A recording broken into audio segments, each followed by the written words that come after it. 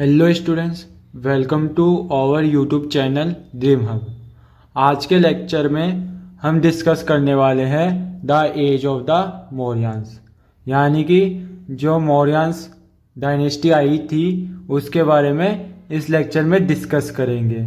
मौर्य साम्राज्य जिसने बनाया, साथ ही मौर्य एम्पायर के अंदर कौन कौन से रूलर्स आए थे, वो सब इस लेक्चर में डिस्कस करने वाले हैं। सबसे पहले बात करेंगे हम चंद्रगुप्त मौर्य के बारे में, जिन्हें मौर्य डायनेस्टी का फाउंडर भी बताया जाता है, जिन्होंने मौर्य डायनेस्टी को इस्टेब्लिश करा था। The Maurya dynasty was founded by Chandragupta Maurya who seems to have belong to some ordinary family. जो चंद्रगुप्त मौर्य है उन्होंने मौर्य डायनेस्टी का इस्टेब्लिश करा था, उन्होंने मौर्य डायनेस्टी को फाउंड करा था। और चंद्रगुप्त मौर्य के बारे में बताया जाता है कि एक ऑर्डिनरी फैमिली से बिलोंग करते थे, यानी कि साधारण परिवार से बिलोंग करते थे।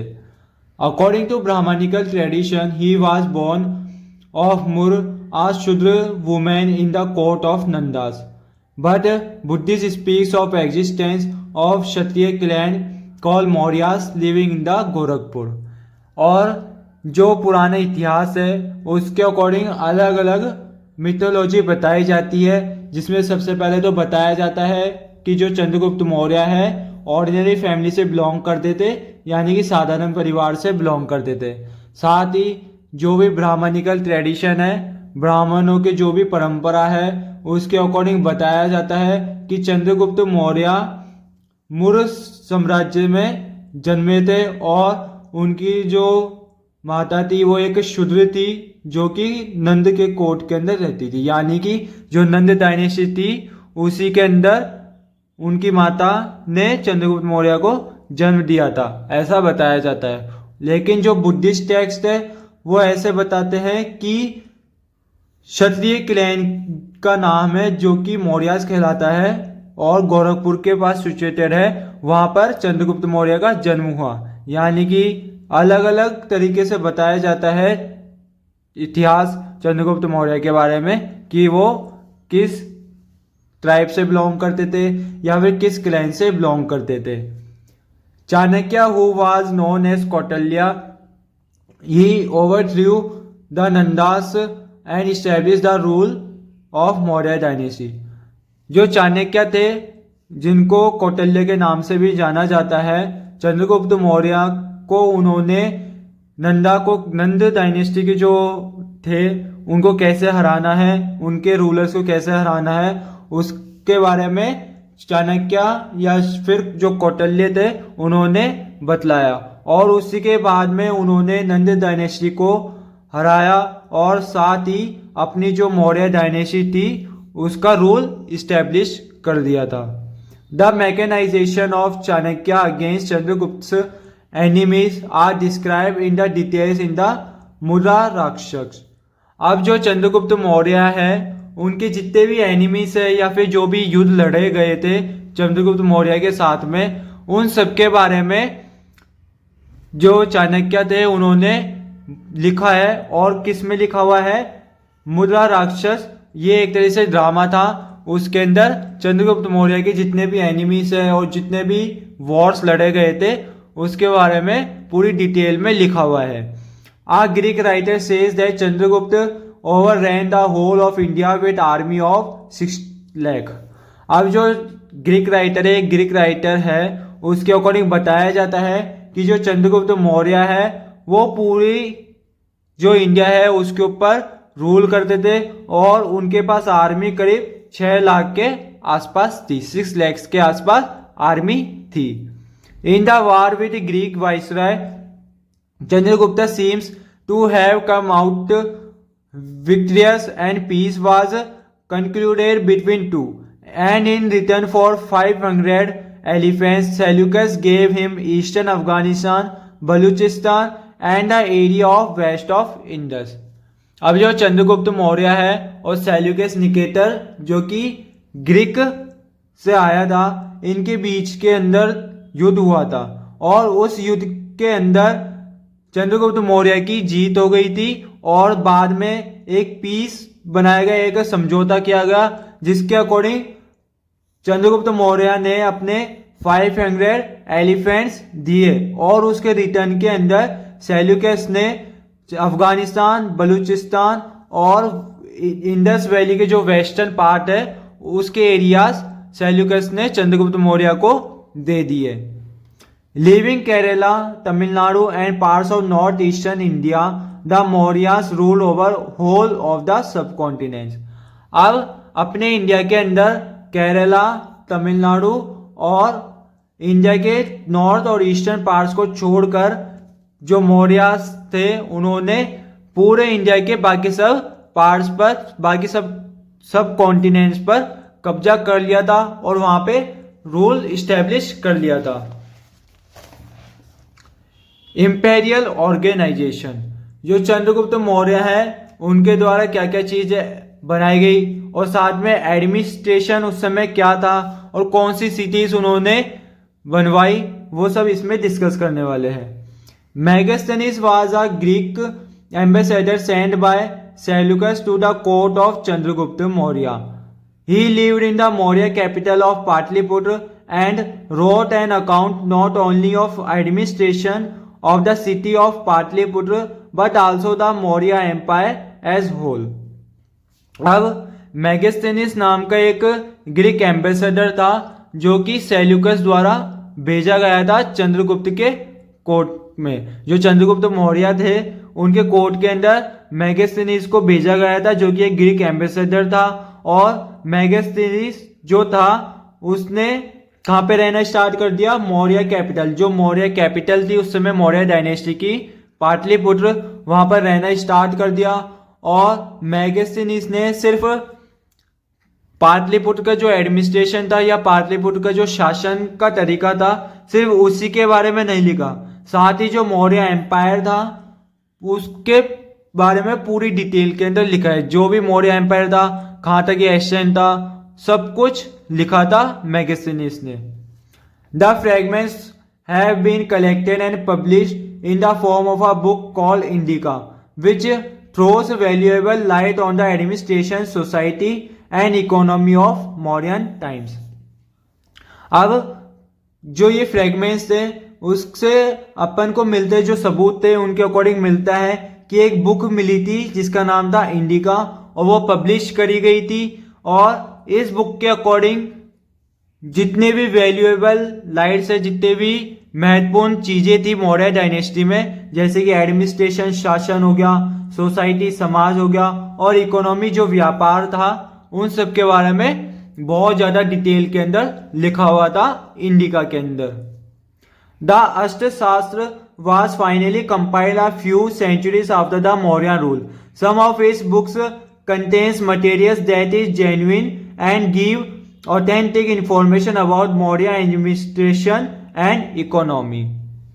जो अष्टशास्त्र लिखी गई थी, कौटिल्य द्वारा अष्टशास्त्र लिखी गई थी, जिसके अकॉर्डिंग बताया जाता है कि जो मौर्य रूल थे उनके बाद कुछ सालों बाद अष्टशास्त्र का फाइनल कंपाइल हो गई थी, यानी कि बिल्कुल अच्छी तरह बना दिया गया था ताकि सभी को समझी जा सके। और उस बुक के अकॉर्डिंग जितने भी मटेरियल्स है वो क्या बताए जाते हैं, एक तरह से जेन्युइन बताए जाते हैं उस बुक के जितने भी अपन को अवशेष मिले हैं। और जो मौर्य एडमिनिस्ट्रेशन है या जो इकोनॉमी है उसकी काफी दर इंफॉर्मेशन मिलती है अष्टशास्त्र बुक से। If we believe in a statement of the Ashtrashastra, the king had set a high ideal। अगर हम जो अष्टशास्त्र का स्टेटमेंट है, अष्टशास्त्र जो बुक लिखी गई थी उसका जो स्टेटमेंट है उसके अगर बिलीव करते हैं तो ऐसा बताया जाता है कि किंग के पास हाई आइडियल हुआ करता था, यानी कि हर चीज को संभालना किंग के ऊपर निर्भर करता था। According to Megasthenes, the king was assisted by a council whose members were noted for wisdom। अब मेगास्थनीज के अकॉर्डिंग बताया जाता है कि जो किंग है वो साथ दिया करता था, अपने जितने भी काउंसिल ऑफ मेंबर्स थे उनका साथ देता था और अपने राज्य के लिए बहुत ज्यादा कर्तव्य पालन करता था king. Pataliputra, Kaushambi, Ujjain and Takshashila were the most important cities. जो मौर्य डायनेस्टी थी उसकी सबसे ज्यादा इंपॉर्टेंट सिटीज कौन सी बताई जाती है? एक तो है पाटलिपुत्र, कौसंबी, उज्जैन और तक्षशिला। ये 4 सिटीज है वो बहुत ज्यादा इंपॉर्टेंट बताई जाती है मौर्य डायनेस्टी की। The administration of Pataliputra which was the capital of the Mauryas was carried on by 6 committees, each committee consisting of 5 members. और जो एडमिनिस्ट्रेशन है पाटलिपुत्र, जो सबसे बड़ा पावरफुल स्टेट बताया जाता है पाटलिपुत्र को मौर्य डायनेस्टी का, और जो इसको कैपिटल भी बताया जाता है मौर्यंस का। साथ ही इसके अंदर टोटल 6 कमिटीज बनाई गई थी पाटलिपुत्र में, और हर एक कमिटी के अंदर कम से कम 5 मेंबर्स हुआ करते थे जो उस कमिटी को संभालते थे, उस जगह को संभालते थे। Features of Chandragupta administration is maintenance of huge army. अब जो सबसे बड़ा फीचर था चंद्रगुप्त एडमिनिस्ट्रेशन का वो ये था कि उसकी बहुत बड़ी आर्मी को भी मेंटेन करके रखता था Chandragupta Maurya. According to the account of a Roman writer called Pliny, Chandragupta maintains 6 lakh foot soldiers, 30,000 cavalry and 9,000 elephants and 8,000 chariots. जो मैगस्थनीज थे, अकॉर्डिंग जो भी रोमन राइटर था जिसका नाम क्या था? प्लाइनी। रोमन राइटर था प्लाइनी, उसके अकॉर्डिंग बताया जाता है कि जो चंद्रगुप्त है वो करीब 6 लाख फुट सोल्जर्स को मेंटेन करके रखते थे। साथ ही 30,000 कैवेलरी यानी कि 30,000 उनके पास हथियार होते थे, और 9,000 हाथी हुआ करते थे। साथ ही उनके पास करीब 8,000 चैरियट्स में 8,000 रथ हुआ करते थे चंद्रगुप्त मौर्य के पास। According to Megasthenes, administration of the armed forces was carried on by a board of 30 officers divided into 6 committees, each consist of 5 members. और जो मैगस्थनीज है उनके अकॉर्डिंग बताया जाता है कि जो एडमिनिस्ट्रेशन है वो सबसे ज्यादा किसके द्वारा कैरी किया जाता था? आर्म फोर्स के द्वारा। और आर्म फोर्स के अंदर टोटल 30 ऑफिसर्स बनाए गए थे उस समय, और इसके अंदर भी टोटल 6 कमिटीज होती थी, और हर कमिटी में टोटल 5 मेंबर्स होते थे। यानी कि 5 मेंबर्स अगर एक कम्युनिटी में है और टोटल 6 कमिटी है तो इसका मतलब टोटल 30 मेंबर्स हो गए, और 30 ऑफिसर्स हुआ करते थे चंद्रगुप्त मौर्य के एडमिनिस्ट्रेशन के अंदर। The state bought new land under cultivation which with the help of cultivators and Shudra labours. अब उस समय क्या करा गया? खेती करने के लिए, कल्टीवेशन करने के लिए नई नई जमीनें बनाने लग गए, और पीजेंट्स को देने लग गए, फार्मर्स को देने लग गए।